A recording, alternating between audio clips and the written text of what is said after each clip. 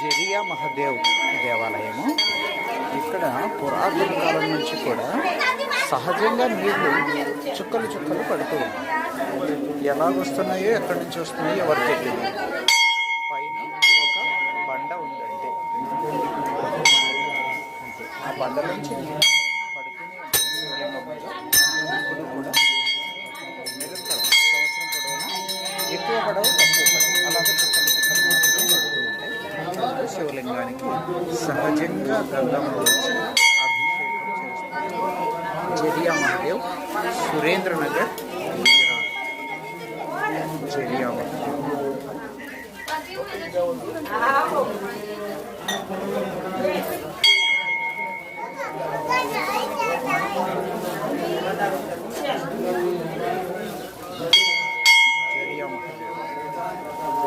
చుక్కలు చుక్కలు చుక్కలు చుక్కలు పడుతూ ఉన్నాయి. బండంతా ప్రదేశం అంతా చుక్కలు పడుతూ ఉంది. ఇది వేసవ కాలం కదా, వేసవకాలం వస్తుంది ఆల్మోస్ట్, కానీ నీళ్ళు మాత్రం ఎక్కడి నుంచి వస్తున్నాయో తెలియదు, వచ్చి పడుతుంది. ఇదంతా చుట్టుపక్కలంతా పూర్తిగా ఎండిపోయిన ప్రాంతం, పైగా ఎడారికి దగ్గరగా ఉన్న ప్రాంతం, కానీ నీళ్ళు వస్తున్నాయి. ఎక్కడి నుంచి వస్తున్నాయి? గంగమ్మ శివుడి కోసం వచ్చి చేస్తున్నాయి. జరియా మహాదేవ్కి చిన్న నీళ్ళు అలాగే దాంట్లో నుంచి వచ్చి ఇక్కడ దీంట్లో పట్టారు. దీంట్లోకి వచ్చి చేరుతుంది. అలా స్వచ్ఛమైన అలా ఇంటికి తీసుకుని వెళ్తూ ఉండాలి. మనం కూడా గంగా చెరువుని, గోదావరి, సరస్వతి, నర్మదా సింధు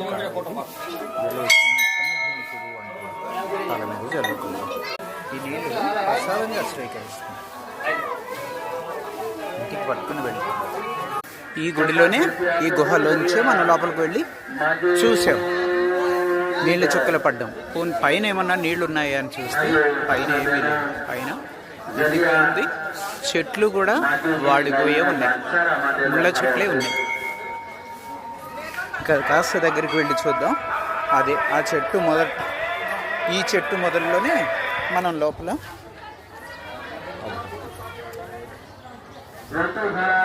అక్కడే మనం దర్శనం చేసుకున్నాం జరియా మహాదేవుని.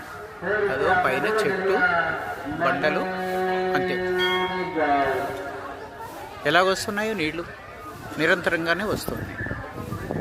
జరియా మహాదేవ్కి జై. జరియా మహాదేవ్కి జై. దగ్గరలో ఉన్న గుట్ట మీదకి ఎక్కితే బృందావనంలో ఉండే, మధువనంలో ఉండే చెట్లు